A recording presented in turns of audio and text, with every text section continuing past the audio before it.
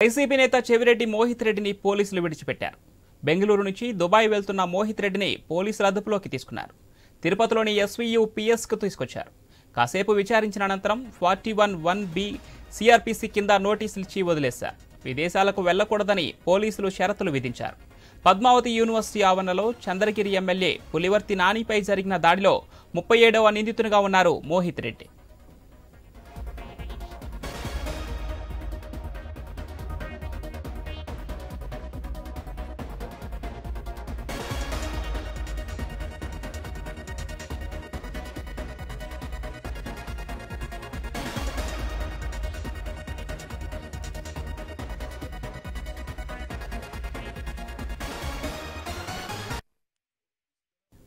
అయితే చంద్రబాబు ప్రభుత్వం వైసీపీ నేతలపై కక్ష సాధింపు చర్యలకు పాల్పడుతుందన్నారు మోహిత్ రెడ్డి.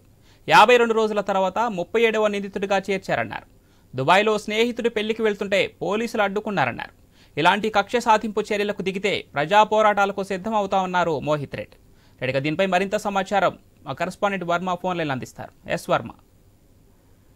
పవన్, చంద్రగిరి మాజీ ఎమ్మెల్యే సీనియర్ వైసీపీ నేత చెవిరెడ్డి భాస్కర్ రెడ్డి కుమారుడు చెవిరెడ్డి మోహిత్ రెడ్డిని నిన్న పోలీసులు బెంగళూరులో అరెస్టు చేసి తిరుపతికి తీసుకురావడం జరిగింది. గతంలో ఎన్నికల సమయంలో ఎన్నికలు అయిపోయిన తర్వాత అక్కడ పద్మావతి మహిళా యూనివర్సిటీలో ఏర్పాటు చేసిన స్ట్రాంగ్ రూమ్ దగ్గర అక్కడ ప్రస్తుత చంద్రగిరి ఎమ్మెల్యే టీడీపీ నేత పులివర్తి నానిపై అటాక్ జరిగింది. ఈ దాడిలో ఇప్పటికే 36 మంది నిందితులను పోలీసులు అరెస్టు చేశారు. ఇందులో భాగంగా 37వ నిందితుడిగా కూడా చెవిరెడ్డి మోహిత్ రెడ్డి పేరును కూడా అప్పట్లోనే ఎఫ్ఐఆర్ లో నమోదు చేశారు. అయితే ఇప్పుడు ఏదైతే నిన్న బెంగళూరు ఇంటర్నేషనల్ ఎయిర్పోర్ట్ దగ్గర ఆయన దుబాయ్ కి వెళ్తుండగా అక్కడ ఇమిగ్రేషన్ అధికారులు ఈ చంద్రగిరి పోలీసులకు సమాచారం ఇచ్చారు. దీంతో హుటాహుటిన అక్కడికి వెళ్లిన పోలీసులు మోహిత్ రెడ్డిని అరెస్టు చేసి రాత్రికి రాత్రే Tirupati SV university police station కి తీసుకురావడం జరిగింది. అనంతరం ఈ రోజు ఉదయం అతన్ని విచారించి అలాగే 41 సిఆర్పిసి నోటీసులు ఇచ్చి అనంతరం విడిచిపెట్టడం జరిగింది. దీంతో అప్పటికే చేరుకున్న చెవిరెడ్డి భాస్కర్ రెడ్డి తన కుమారుడిని విడిపించుకుని అక్కడి నుంచి వెళ్లిపోవడం జరిగింది. అయితే ఈ ఘటన సందర్భంగా చెవిరెడ్డి భాస్కర్ రెడ్డి తీవ్ర స్థాయిలో టీడీపీ ప్రభుత్వం పైన ఆయన కూడా ఫైర్ అయ్యారు. ఉద్దేశపూర్వకంగా కక్షపూరిత చర్యల్లో భాగంగానే తన కుమారుడిని అరెస్టు చేశారని చెప్తున్నారు. 52 రోజుల ముందే ఎఫ్ఐఆర్ నమోదు చేసినప్పటికీ ఇప్పుడు ఎందుకు అరెస్టు చేశారని చెప్పి కూడా ఆయన ప్రశ్నిస్తున్నారు. తన కొడుకు దుబాయ్ లో స్నేహితుడి పెళ్లి కోసం బయలుదేరాడని ఉద్దేశపూర్వకంగా కక్షపూరితంగా అరెస్టు చేశారని చెప్పి కూడా చెప్తున్నారు. మోహిత్ పైన కేసు పెట్టడం ద్వారా తనను భయపెట్టాలని చూస్తున్నారని, అయితే ఇది జరగదని, లుక్అవుట్ నోటీసులు ఇచ్చి అరెస్టు చేయాల్సిన అవసరం ఏముందని చెప్పి కూడా ఆయన తీవ్ర స్థాయిలో మండిపడిన పరిస్థితి అయితే ఉందని చెప్పొచ్చు. అయితే ఇదే విషయాన్ని కూడా మోహిత్ రెడ్డి కూడా ఇదే విషయం కూడా ఆయన కూడా చెప్పడం జరిగింది. ఉద్దేశపూర్వకంగా తనని అరెస్టు చేశారు.